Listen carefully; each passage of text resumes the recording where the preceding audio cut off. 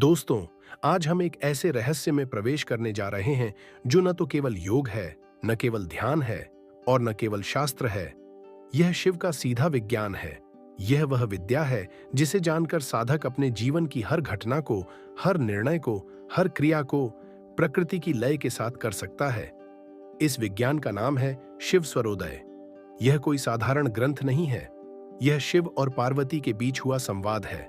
और शिव यहाँ किसी देवता की तरह नहीं बोल रहे, वे यहाँ एक परम वैज्ञानिक की तरह बोल रहे हैं, चेतना के वैज्ञानिक। ओशो कहते हैं, शिव स्वरोदय योग की सबसे गुप्त और सबसे शक्तिशाली विधा है। जिसे समझ लिया तो जीवन भाग्य पर नहीं, जागरूकता पर चलने लगता है। आज हम इसी रहस्य को समझेंगे। श्वास। तुम्हारा भाग्य है, तुमने कभी ध्यान दिया? तुम्हारी सांस कभी दाएं नथुने से ज्यादा चलती है, कभी बाएं से, और कभी कभी दोनों से एक साथ। यह कोई साधारण घटना नहीं है।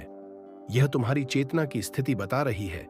शिव कहते हैं, जिस नथुने से श्वास चल रही है वही तुम्हारे भीतर उस समय की ऊर्जा का स्वरूप है। यही है स्वर का उदय, स्वरोदय। 3 स्वर, 3 संसार। शिव स्वरोदय कहता है कि मनुष्य की श्वास 3 प्रकार से चलती है। इड़ा स्वर, बायां नथुना। चंद्र स्वर, पिंगला स्वर, दायां नथुना। सूर्य स्वर, सुषुम्ना स्वर, दोनों नथुने। ब्रह्म स्वर। अब ध्यान से सुनो, यह केवल श्वास नहीं है, यह तुम्हारे भीतर के ब्रह्मांड की स्थिति है। इड्डा, चंद्र स्वर, स्त्री ऊर्जा। जब श्वास बाएं नथुने से चलती है तब तुम्हारे भीतर शांति, संवेदनशीलता, ग्रहणशीलता, प्रेम, करुणा की ऊर्जा सक्रिय होती है। यह समय है ध्यान का, प्रार्थना का, कला का, प्रेम का, अध्ययन का, योजना बनाने का।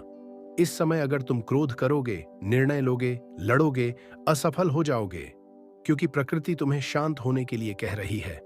पिंगला, सूर्य स्वर, पुरुष ऊर्जा। जब दायां नथुना सक्रिय होता है तब भीतर क्रिया, साहस, निर्णय, तर्क, कार्य की ऊर्जा उठती है।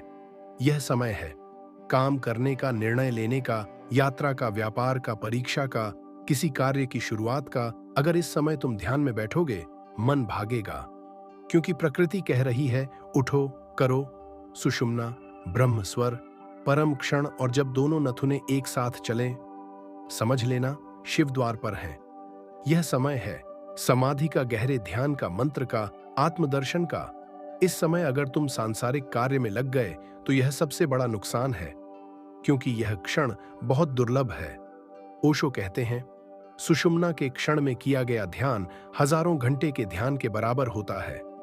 जीवन की असफलता का रहस्य, तुम मेहनत करते हो फिर भी काम बिगड़ जाते हैं। क्यों? क्योंकि तुम स्वर के विपरीत काम करते हो।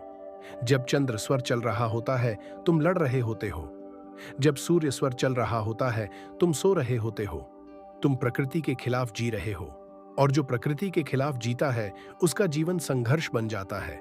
स्वर बदलना भी संभव है। शिव केवल ज्ञान नहीं देते, विधि भी देते हैं। अगर तुम्हें किसी कार्य के लिए सूर्य स्वर चाहिए, तुम उसे बदल सकते हो। दाहिनी करवट, लेट जाओ, बायां नथुना बंद होगा, दायां चालू हो जाएगा। अगर शांति चाहिए, बाईं करवट लेट जाओ, दायां बंद, बायां चालू। इतना सरल विज्ञान, और हम जीवन भर अज्ञान में भटकते रहते हैं। स्वर और पंचतत्व। शिव स्वरोदय आगे कहता है, स्वर के साथ तत्व भी बदलते हैं। पृथ्वी, जल, अग्नि, वायु, आकाश, हर स्वर में हर तत्व का अपना समय है। जब पृथ्वी तत्व हो, स्थिर काम करो।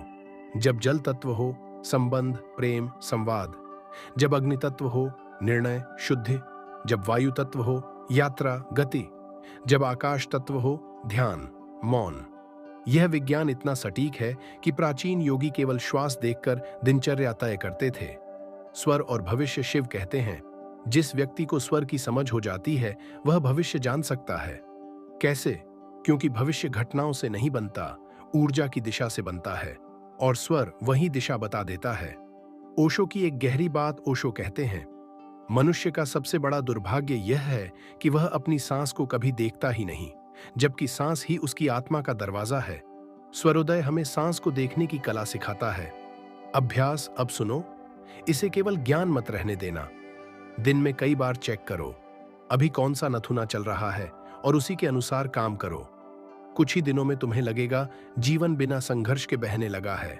अंतिम रहस्य शिव कहते हैं, जिस दिन साधक को यह समझ आ जाए कि स्वर बदलते हैं, ऊर्जा बदलती है, तत्व बदलते हैं, लेकिन जो देख रहा है वह नहीं बदलता, उसी दिन स्वरोदय ध्यान बन जाता है और वहीं से समाधि का मार्ग खुलता है। दोस्तों, शिव स्वरोदय कोई किताब नहीं है, यह तुम्हारी हर सांस में लिखा हुआ शास्त्र है। तुम्हें बस पढ़ना सीखना है।